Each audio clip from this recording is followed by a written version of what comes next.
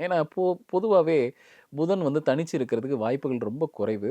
ஏன்னா சூரியன்ங்கிற கிரகத்தோட தான் சேர்ந்து புதனும் சேர்ந்து பயணிக்கும். சுக்கிரன் இது வந்து முக்கூட்டு கிரகம்னு சொல்லுவாங்க. ஸோ இந்த கிரகங்கள் பெரும்வாரியான ஜாதக கட்டத்தில கொஞ்சம் சேர்ந்து இருக்கிற மாரி, ஒண்ணு சூரியன், புதன், இல்ல புதன், சுக்கிரன் இந்த காம்பினேஷன்ல தான் இருக்கும்.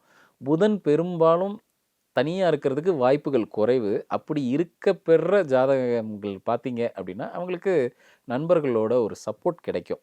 இது கூட ஏதாவது ஒரு நல்ல கிரகத்தோட குருவோட பார்வை ஏதாவது அந்த புதன் மேல இருக்கு அப்படின்னா, இந்த நண்பர்களால இவங்க பெரிய அளவுல நன்மை அடைய போறாங்கன்றதையும் நம்ம புரிஞ்சுக்கலாம். புதனோடு குரு சேர்க்கை. குரு சேர்க்கைய விட குரு பார்வை இருந்துட்டாலே போதுமானது. எந்த இடத்துல இருந்தாவது குரு வந்து அந்த புதன பார்த்துருச்சு அப்படின்னா, இவங்களுக்கு சிறந்த நண்பர்கள் இவங்களுக்கு கிடைக்க போறாங்க. அந்த நண்பர்களால இவங்க வாழ்க்கை அடுத்த கட்டத்துக்கு போக போகுது.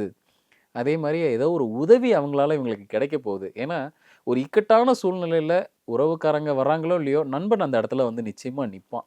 அத எப்படி பார்த்துக்கலாம் அப்புட்ன்னா, இந்த மாரியான ஒரு ஒரு நல்ல கிரகங்களோட, சுப கிரகங்களோட பார்வையில புதன் இருந்துட்டாலும் கூட, அந்த ஜாதகம் வந்து உண்மையிலேயே நல்ல நண்பர்கள் கிடைக்கக்கூடிய ஒரு ஜாதகமா தான் இருக்கும்.